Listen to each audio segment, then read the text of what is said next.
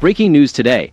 Texas Democrats have once again left the legislature, avoiding a critical vote and igniting a contentious debate over redistricting, border security, and the rule of law. This raises an important question. Why are so many Americans disillusioned with politicians who seem to play by their own rules?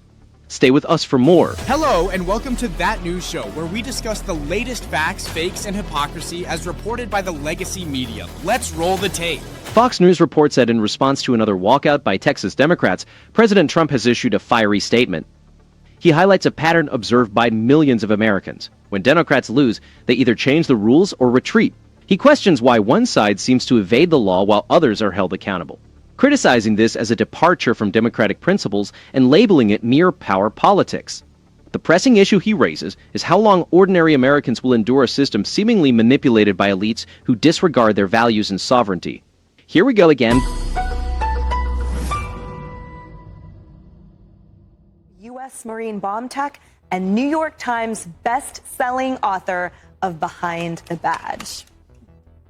Now, Governor Abbott is threatening those Dems with the risk of daily fines, among other severe consequences, like felony charges and removal from office.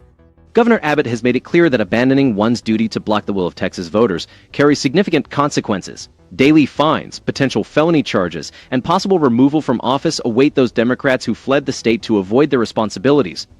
This accountability is crucial and long overdue in American politics, particularly in response to efforts by some to undermine the democratic process when the results don't favor them. For years, we've seen Democrats in states like California, Illinois, and Massachusetts draw maps that sideline Republican voices. Yet when Texas Republicans attempt to ensure fair representation for its growing population, it's suddenly decried as a democratic crisis. The hypocrisy is evident.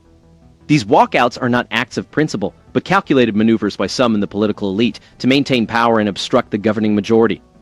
Governor Abbott's commitment to using every legal measure to restore order and uphold the rule of law is a necessary step to counteract this disruption. With strong support from President Trump, Republican leaders are justified in confronting such obstruction. Texans deserve representatives who are present and committed to the task they were elected for, rather than those who flee to politically friendly territories at the first sign of disagreement. Failing to fulfill promises like securing borders and ensuring fair representation could erode the trust of the voters who elected them.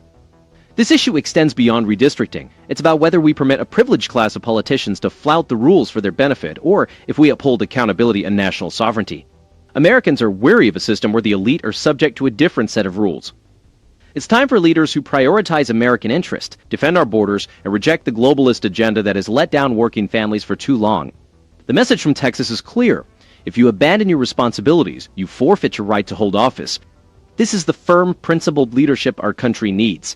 And we have an opportunity in Texas to pick up 5 seats.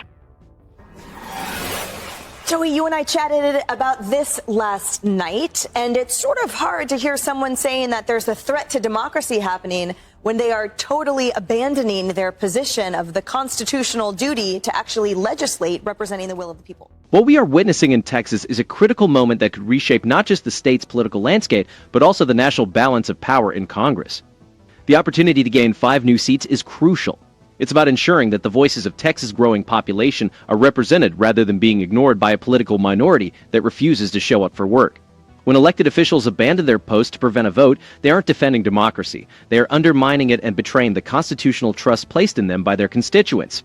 This sort of walkout reflects a deeper issue, a political class that believes it can selectively follow the rules based on whether the outcomes suit their agenda. These lawmakers fleeing to states like Illinois and New York, known for their own partisan gerrymandering, underscore the double standards at play. Meanwhile, Republican leadership in Texas is acting within the law to address legitimate constitutional concerns and to accommodate significant demographic shifts since the last census. This isn't about disenfranchisement.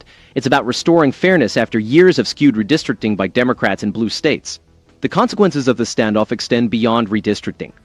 If Republicans fail to deliver on key issues like border security and meaningful reform, there's a real risk that the coalition of working families and everyday Americans who have supported this movement will lose faith. The American people are fed up with a privileged political class that evades responsibility while the rest of us adhere to the rules. They demand leaders who prioritize American interests, defend our borders, and reject globalist agendas that undermine our communities and sovereignty. As Democrats in states like California and New York threaten to respond with their own redistricting efforts, it's clear this isn't just a Texas issue. It's a national battle for the future of our country.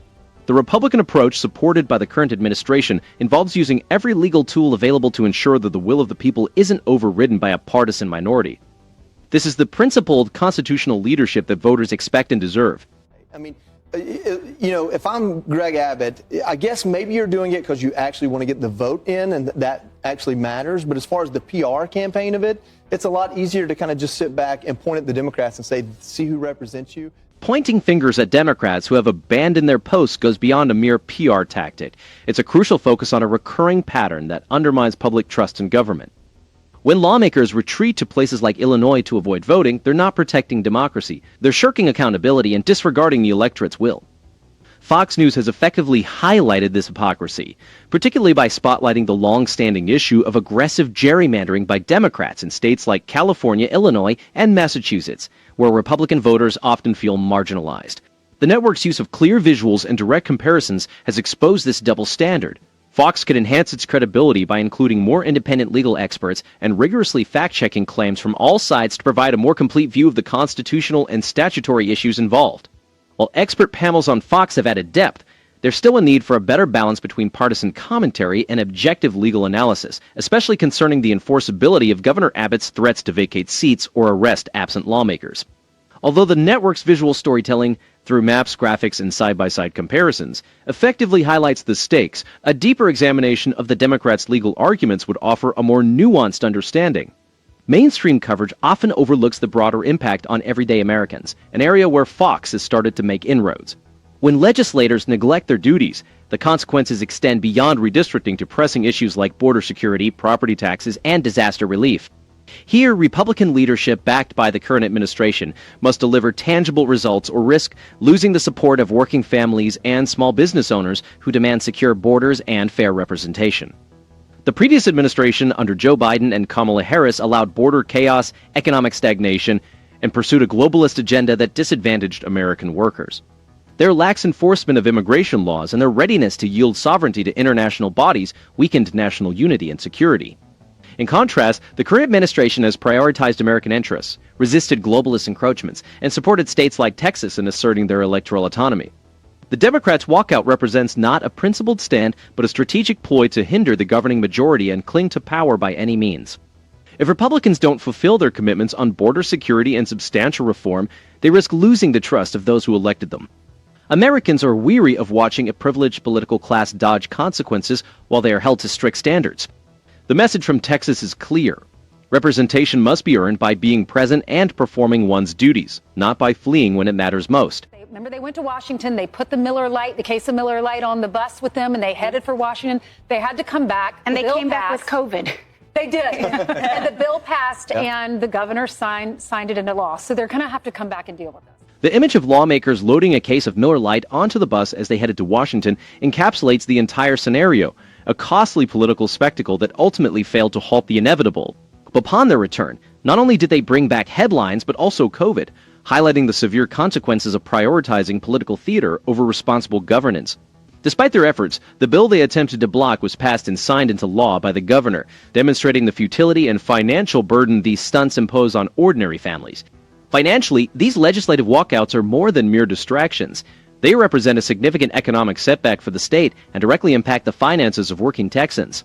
With the legislature in deadlock, critical issues such as property tax relief, infrastructure improvements, and flood mitigation are delayed, postponing tangible benefits for families and small businesses. It's akin to running a business where half the management team vanishes with the company credit card, leaving critical decisions hanging by a thread. This scenario is wholly unacceptable. The broader economic ramifications are substantial. Delays in legislative action affect the private sector as contractors await infrastructure funds. Local governments pause hiring, and overall investment hesitancy undermines economic confidence. Such disruptions hinder job creation and slow the recovery efforts that Texas families have diligently worked towards, particularly after enduring the economic pressures from restrictive COVID policies and stringent mandates in other states. When legislators abandon their duties, they not only create a political crisis, but also pose a direct threat to household budgets and the state's future prosperity. A simple chart would illustrate a spike in legislative costs, a dip in economic confidence, and a backlog of essential bills, all preventable if elected officials simply perform their duties. Small business owners, farmers, and working parents bear the brunt, left to deal with the fallout while politicians perform for the cameras. This behavior diminishes trust in government and deters the investment and innovation essential to Texas' progress. Across all sectors, from construction awaiting permitting reforms to healthcare providers needing clear reimbursement policies, uncertainty leads to caution, and caution stifles growth. The contrast is clear. States that emphasize stability and accountability attract new residents and businesses, while those plagued by partisan walkouts and continuous gridlock miss out on opportunities.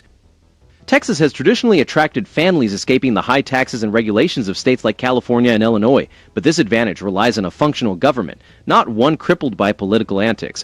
The lesson is unmistakable. When lawmakers prioritize their interests over those of their constituents, everyone suffers. The previous administration in Washington set a precedent for this type of political maneuvering, fostering a class of politicians more concerned with headlines than effective outcomes. This approach left working families facing higher inflation, supply chain disruptions, and a pervasive sense that their leaders were not looking out for them.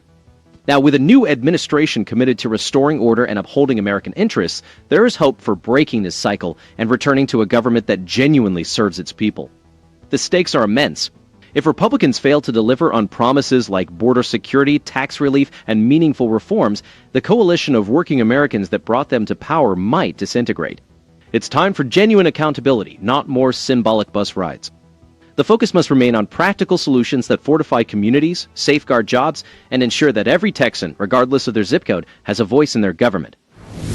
Well, there you have it.